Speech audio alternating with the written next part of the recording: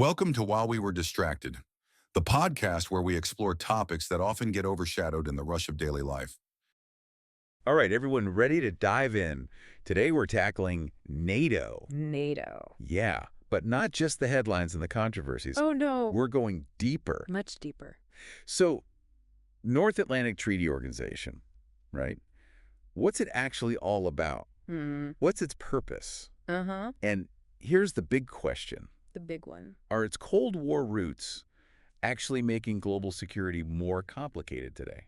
Well, that is the question, isn't it? Right. And to get some answers, we're doing something a little different this time. Ooh, I like You're different. going straight to the source. Primary sources, always a good idea. NATO's own website. Ah, fascinating. I know. Official website. It can be a bit dry. Yeah. Bit of a snooze fest sometimes, you know. I know what you mean. But bear with us, Trust us on this one. because even the way an organization presents itself online can be really revealing. Absolutely. It's like reading between the lines. Right. Like, what are their priorities? How do they frame issues? Who are they even talking to? Mhm. So picture this, right? I'm scrolling through NATO's homepage. Homepage. Okay. All the yeah. usual stuff, you know, news articles, flashy graphics. It works. But then, boom, this section pops up. What is it? What is NATO? Simple, straightforward. To the point. And it says, NATO is a political and military alliance of countries from Europe and North America. Okay, makes sense. So far, so good. Its members are committed to protecting each other from any threat. Now there's a sentence we need to unpack. Yeah, any threat is doing a lot of work there. Right. Like, what exactly are we talking about? What counts as a threat? And who decides? Here's the other thing. This whole idea of collective defense. We're all for one. Yeah, is that kind of us versus them mentality actually the best way to keep things safe in today's world? Especially a world that's so interconnected, right? Exactly. And this is where things get even more interesting. Because next year, NATO's turning 75. Wow, 75 years. Yep, founded in 1949, dawn of the Cold War. So how much of that anti-Soviet DNA is still part of NATO's structure? That is the million-dollar question. Right. Is it still fundamentally an anti-Russia alliance? Well, to figure that out, We got to go deeper. exactly. Let's look at the website's section on the founding treaty. Back to the basics. It's actually surprisingly short. Oh, really? Yeah, just 14 articles. Lays out the whole framework for collective defense. It's like the blueprint. The blueprint for NATO. Yeah, and it makes the original intention crystal clear. Counter the Soviet threat. So very much a product of its time. Exactly. And that brings us to, you know, the one everyone talks about, Article 5. Article 5, the cornerstone. An attack on one is an attack on all. That's powerful stuff. It is. But again, if this system was originally designed to counter one specific power, The Soviet Union. does that mean it automatically creates tension with any power that becomes, I don't know, a major player? That's a really good point. Is it just inherently adversarial? Yeah. Always looking for an enemy. And here's another interesting detail. Article 6. Okay, what about it? It was actually revised when Greece and Turkey joined NATO. I didn't know that. And it outlines very specifically where NATO's security guarantees apply. Ah, so it draws a line in the sand. Yeah, kind of. Interesting. And that might have made sense during the Cold War, Mm. right? But today, it's a different world. Oh, complete. Grants are globalized, you know, climate change, pandemics. Nature practice terrorism. They don't respect borders. So how relevant is a geographically limited defense pact in today's world? That's a big question. It really is. It's like, can a system designed for the Cold War really keep up in a world where power is distributed so differently? That's the tension, isn't it? Yeah. Trying to reconcile NATO's roots with the need for a more, global approach to security. Right. And speaking of tension, there's a whole section on the website. Oh, yeah. It's called Debunking Russian Disinformation on NATO. Interesting. It really highlights the mistrust between Russia and NATO. And that mistrust goes both ways, doesn't it? Absolutely. Russia sees NATO expansion as a threat. And NATO says it's just defensive. Right. But here's the thing. Even within NATO itself, there were disagreements from the very beginning Oh, really? About what? about its purpose. How broad should it be? Who should be a member? Makes sense. Like the UK, Okay. they wanted a smaller alliance, you know, tightly knit. They didn't want to overextend themselves. Right. Didn't want to get tangled up in conflicts that didn't directly threaten them. A more cautious approach. Yeah. The U.S., though, they pushed for more members. A bigger tent. Exactly. include more countries, especially vulnerable ones, Strength in numbers. and deter Soviet expansion. So even back then, different visions for NATO. Fascinating. And each decision to invite new members, countries like Italy, Greece, Turkey, Portugal, Iceland, the Scandinavian countries, A lot of new members. it was strategic, of course. Right. New capabilities, new resources, Geopolitical advantages. right, all that. Yeah. But it also reflected the power dynamics at the time. How so? Each new member shifted the balance a little bit, you know. Raise the stakes. Yeah. So that leads to another question. Hit me with it. Does every new member make NATO stronger? Or does expanding the alliance also make it a bigger target? That is the question, isn't it? More vulnerable? More likely to be seen as a threat by others?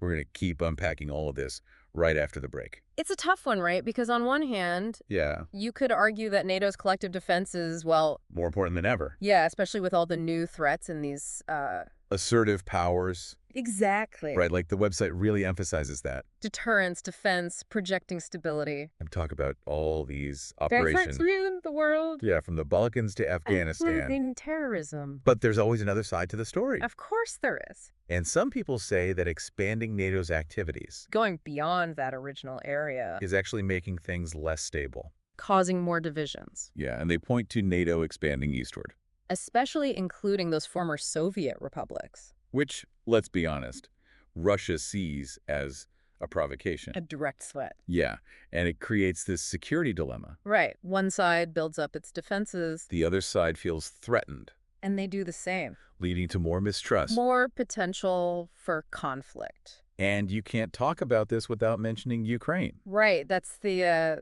example everyone brings up. that heightened tension. And it's not just Russia who's concerned. Oh, no. China's not thrilled about NATO's presence in the Indo-Pacific. They see it as containment, right? Yeah, like NATO's trying to keep them down. Maintain Western dominance. That's complicated. Very complicated. Lots of different perspectives on NATO. Some see it as a force for good. Others see it as a threat. It all depends on who you ask. And it all comes back to that question of inclusivity. Right. Can an alliance that's built on collective defense Against a specific enemy? ever be truly inclusive? Doesn't it always create an us versus them? It's a good question, and to answer it, I think we need to look at, Past. some of the less flattering aspects of its history. Like what? Remember that thing we talked about with the founding treaty about colonial territories? Wait, remind me. France wanted to include Algeria, Seriously. and Belgium wanted the Congo in NATO. Hold on. They wanted to bring their colonies into a military alliance against the Soviet Union. Apparently so. So, That a good look. no, not at all. It really complicates things, doesn't it? Yeah, it makes you question the whole narrative of NATO as a defensive alliance. Makes you wonder about their true motivations. Right, because if we're talking about real global security, Shouldn't we be trying to unite, not divide? create a system that works for everyone, Exactly, a system that addresses everyone's concerns. not just a select few.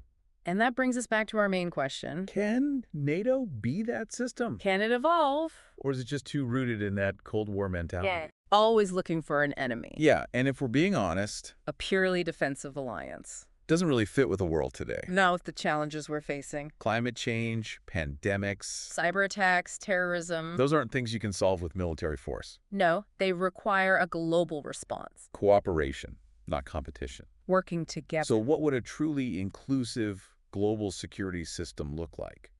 That's the question, isn't it? Do we dismantle NATO? Start from scratch? Or is there a way to reimagine it? Make it more relevant to the 21st century? It's a tough one, but I think We need to be open to new ideas. we need to move beyond that Cold War thinking. Stop seeing security as a zero-sum game. Because in an interconnected world, Our security's intertwined, what affects one affects us all. and that means cooperation is the only way forward. It's the only way to create a truly secure future. But how do we get there? That's the challenge. What are the concrete steps? Well, we could start by strengthening existing institutions. Like the UN, Exactly. Give them more authority, more resources. so they can actually address global challenges. Imagine a UN Security Council that's not held back by vetoes. One that can actually prevent conflict. And address transnational threats. Or maybe we need New institutions, Tailored to specific issues. like a global green alliance to tackle climate change. Or a cybersecurity council to deal with cyber threats. The point is, We need to think outside the box. go beyond the old structures. And create something that actually works. Something that's fit for purpose in the 21st century. A system that prioritizes diplomacy Cooperation. and a shared vision for the future. You know, it's funny. We've spent all this time analyzing NATO, Its website, its history. but we haven't really talked about what we would build instead. A truly inclusive system. Yeah, what if we started with a blank slate? Knew everything we know now about the world. About global challenges, about new powers? What would we create? Would it look anything like NATO? It's hard, isn't it? To let go of those old ways of thinking and come up with something totally new. Yeah. But honestly, this whole deep dive into NATO, Mhm. it's really shown me how much the conversation about security needs to change. Yeah, like we can't just be focused on military power anymore. Right? It's bigger than that now. It's about understanding that our economies are all linked, that we need to protect the environment. And deal with the things that actually cause conflict in the first place. We've been stuck in this Cold War mindset for so long. Way too long. What good is a military alliance if climate change makes the planet unlivable? Exactly. Or a pandemic wipes everyone out. You can't fight those threats with tanks and missiles. Nope. So as we wrap this up, the big takeaway for you listening is this. What is it? Don't be afraid to question things.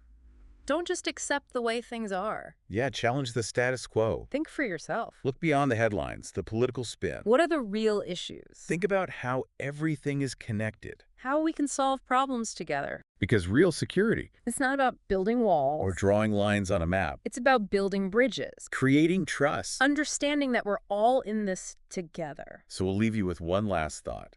One to ponder. What would a truly inclusive global security system look like to you? What would it be based on? What would it need to actually work?